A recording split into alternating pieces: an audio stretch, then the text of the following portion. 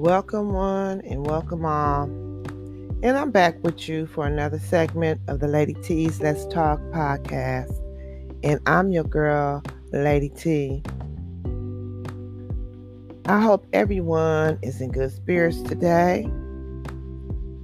And happy Father's Day to all of the fathers that work so hard to make their child's life a very rewarding and spiritual one. And to all of the fathers who work hard every day just to make it happen for their family and for their loved ones. Happy Father's Day to you. Today's segment that I want to touch on today is a topic that all the nation is dealing with. The entire nation is dealing with, and that's domestic violence. Domestic violence is a problem. It's a huge one. It affects each and every one of us. It's a big topic, and I'm glad that I had the opportunity to step in and jump in and just speak on it, on my platform, because domestic violence is an issue which is ongoing. When I read up on the statistics, it just blew me away. Absolutely blew me away. I never knew domestic violence was of such a great magnitude, but it is. Some of you know or heard or know of a domestic violence situation at this very moment. Right now, I'm speaking. Someone, somewhere, is going through a domestic violence situation. Whether it's a family friend or someone else that you're close to, or even yourself, your next door neighbor, someone across the street, around the corner, in another city, another neighborhood, county, state, country, someone is going through a domestic violence situation right now.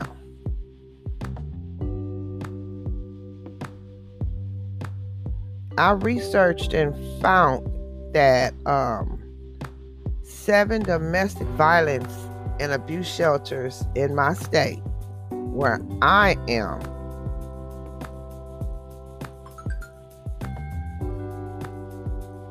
is currently active. 7 of them. 7. And I want to say, let me correct that. It's 7 within a city where I am. I'm sorry. Not the state, but it's 7 in the city that are currently active. I don't think it's enough, but, that's just my take on it. I just don't think 7 is enough to accommodate this big city in which I'm living for people who are in a domestic violence situation who want to seek the programs and the shelters and the outside resources. 7 shelters. I don't think that's enough. Everyone deserves relationships free from domestic violence. It isn't about, it just isn't talked about enough within our communities. Not, I'm not sure if it's because people are afraid to speak about it, or if they're people who just don't care. The awareness is very real. Don't get me wrong. the more we begin to expand the conversations about it, then we can identify certain issues surrounding domestic violence, I think, which can save people, or, and keep them safe, and I'm speaking our family, our friends, anyone who's going through it, and so forth and so on. The conversations is where, expanding the conversations is where, it needs to begin. The awareness is already happening, but speaking about it more within our communities and is where I think it's at, where it needs to be. Domestic violence can bring on issues regarding our health, such as depression, post-traumatic stress disorder, substance abuse. Because when you have a person that's in a situation such as domestic violence, oftentimes dealing with other issues surrounding the health of that person is hindered. It keeps that person from focusing on the underlying conditions such as depression and substance abuse. If you're getting abused on a daily basis, either physical or mental, it's a possibility you may acquire substance abuse habits, drug abuse habits, and you may not even know that it had gotten to the point to where you become addicted because you're getting abused, you're getting beat, slapped, punched, kicked. Then there's where the depression set in. And depression have a tendency it will sneak up on you.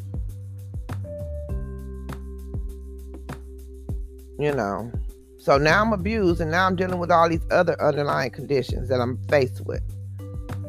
So now I have a set of other issues I have to deal with.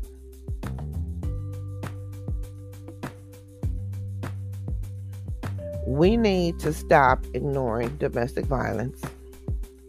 Let's get a conversation going to expand the awareness more.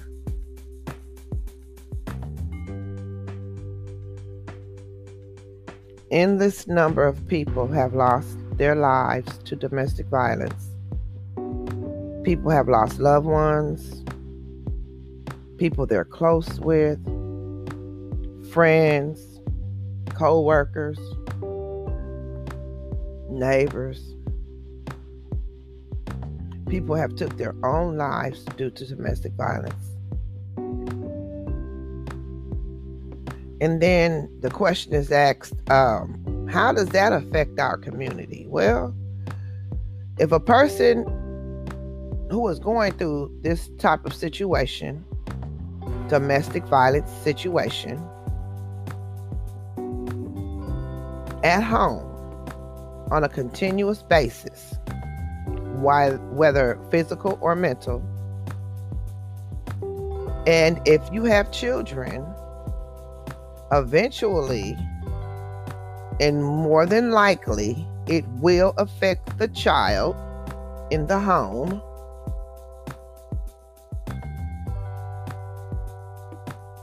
They begin to experience depression, anxiety, emotional distress. They can't eat, they can't think. They are the community.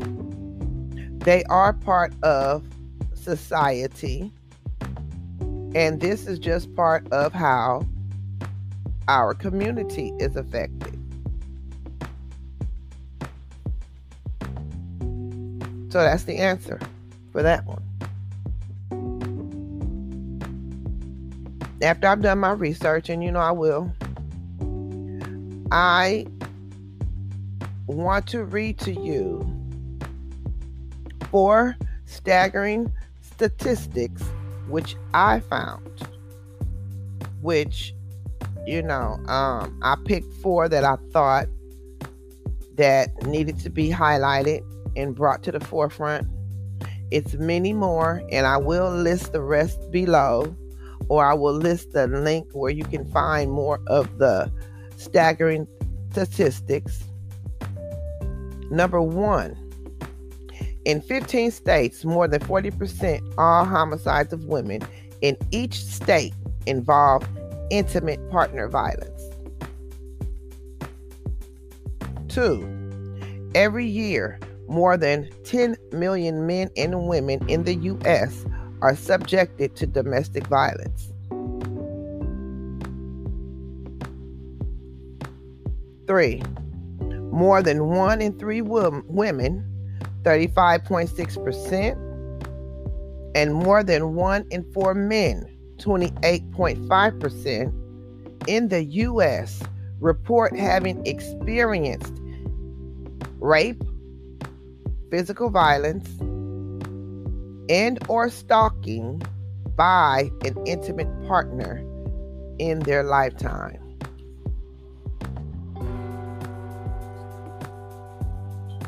4, women with disabilities have 40% greater risk of intimate partner violence, especially severe violence, than women without disabilities. Wow. Those are some statistics for you. Wow. I was watching a segment the other day online. It was a 35-minute interview of a domestic violence victim which took place in 2019. She was 16 years old at the time. She gave an interview after the attack happened, or after she recovered somewhat from the attack, speaking about how she survived an attack in which she watched her mother and brother be viciously murdered by her mother's estranged boyfriend. Now, I'm not going to mention her name, but I will leave the link below to where you can find that video if you so choose to watch it. And I think that everyone should watch the video, because in that interview, she gave a very candid and vivid account of what she experienced and how it happened.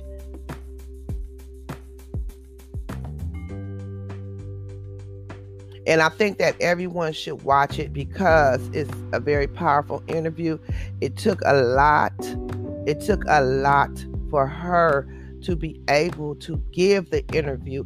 If you watch it, it took so much out of her to be able to give the interview, but she did. Because in her words, she wanted to tell the truth about what happened to her. She did not want anything coming out of it that was not truthful. She wanted to give her true account of what took place and what can happen in a domestic violence situation. And she was a child in a domestic violence situation. I watched it. I barely got all the way through, but I watched it to the end. Yeah, she described the vivid detail of this savage attack. This monster who killed her mother and her brother. This is a domestic violence story that needs awareness, right along with all the other millions of stories just like this one that needs to be told, so that the conversation can expand and begin.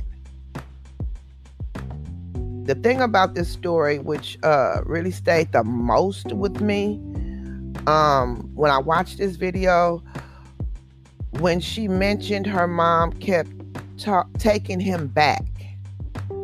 The mother kept taking him back in. when she would put him out, she'll eventually let him back in the home. And she spoke on that, and how her mother didn't want to tell her about what was going on with her, how she was being abused by this boyfriend. So she would keep certain things from her. But like a lot of children her age, they're not, naive to certain things. So pretty much they know. They just wait for you to come and let them know what's going on. So when she did find out about it, her mother begged her not to tell her father of what was going on. She wanted to tell her father, but the mother begged her not to. Yeah. And most of all crimes go on in silence. The victim suffers in silence. So people have to realize when they're going through this type of violence, especially in a home and you have children, when you're going through the silence, pain, and anguish, the child is going through the pain and anguish right along with you, because they're, like I said, children aren't naive. They hear the noises, they hear the bumps, they hear the knocks, they hear the screams, they see the bruises, they see the stress, they see the pain in your face. Even though you're not speaking it to them, they see. So they're suffering right along with you in silence. And they're just as scared and terrified. The victim is too scared to speak. Yeah, so they suffer in silence.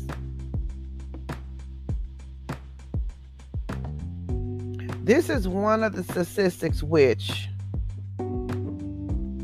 I found regarding this, that says most cases of domestic violence are never reported to police. Many victims, they don't mention it to their families that they're being abused.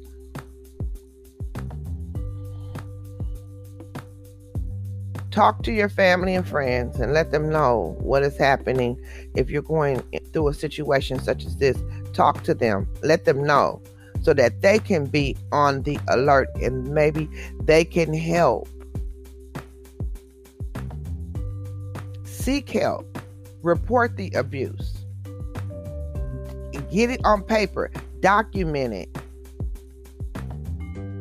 And while I'm on that subject, I'm going to give a second segment to this domestic violence. I'll probably do it next week,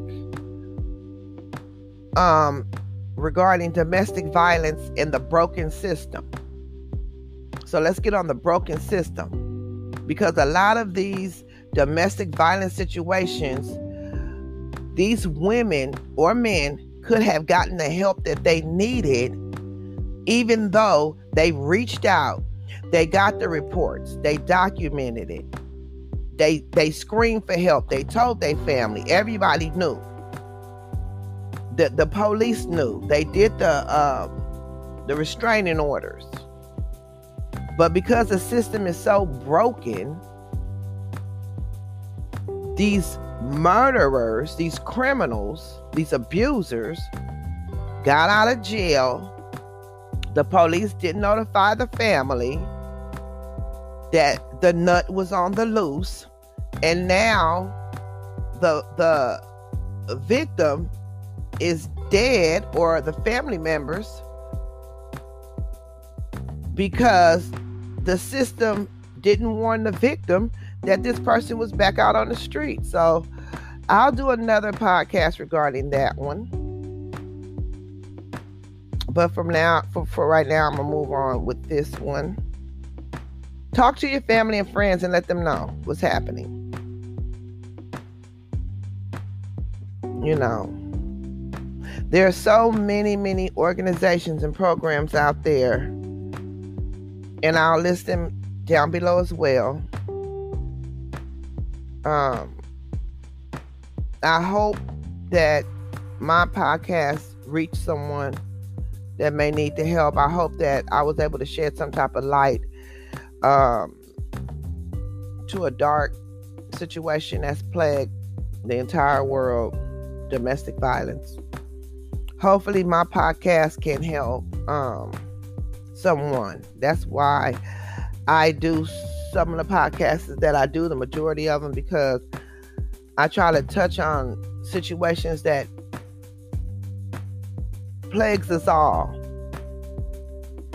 And many of the times it goes unspoken or unanswered, or sometimes people try to sweep certain things up under the rug, certain situations. So I want to help someone. It's in my goal to help as many as I can. So if someone is listening to my video and I'm able to help you, then I know that I'm doing something positive. You know, yeah, I just want to reach someone, because domestic violence is real. It's real. And I'm not immune from it, because I too am a domestic violence survivor.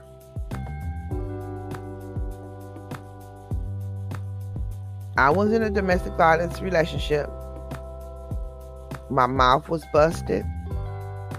I was thrown through a glass table, you know, by an intimate partner at the time. They threw me through the glass table. My lip was busted. And they told me not to tell it. I better not tell, or something worse would happen to me. That's what I was told. Then they told me to throw away my bloody clothes. I didn't seek help. I didn't call the police. I didn't tell my children. I didn't tell my family. I didn't tell my friends, because I was ashamed. I was embarrassed. That's how I was feeling at the time. I didn't want to get them involved. I was afraid of my attacker. I was afraid of the person I was with.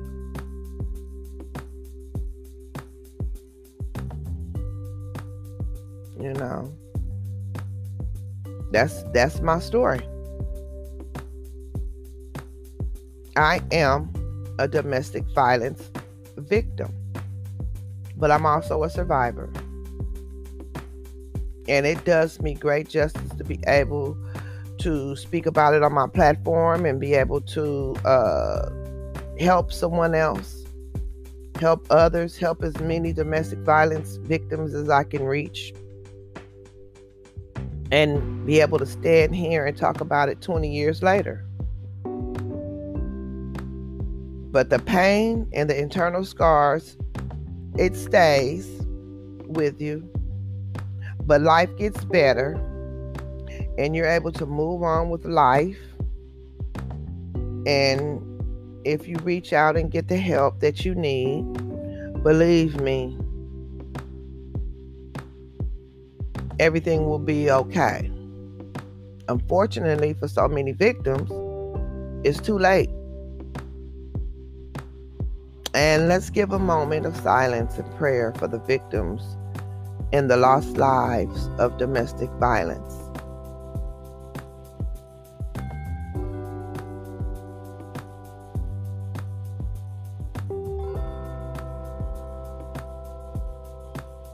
And just so you guys will know, October is Domestic Violence Aware Month, and the ribbon is purple. So just keep that in mind. So when October get here, because it's going to come upon us fast, and you know, just know that October is Domestic Violence Aware Month. The ribbon is purple. So if you're sporting your purple for October, then, so be it. That's how it should be done. It's been a pleasure to be able to be an advocate for domestic violence and speak with you all today. And let's keep the awareness for domestic violence going. Let's expand the conversations, the movement. Let's tighten down on our broken systems, which is failing so many of our domestic violence victims. And let's support the organizations and programs which help our victims and children. Until we meet again, be good to yourself, be good to one another, and stay positive and motivated. Ciao.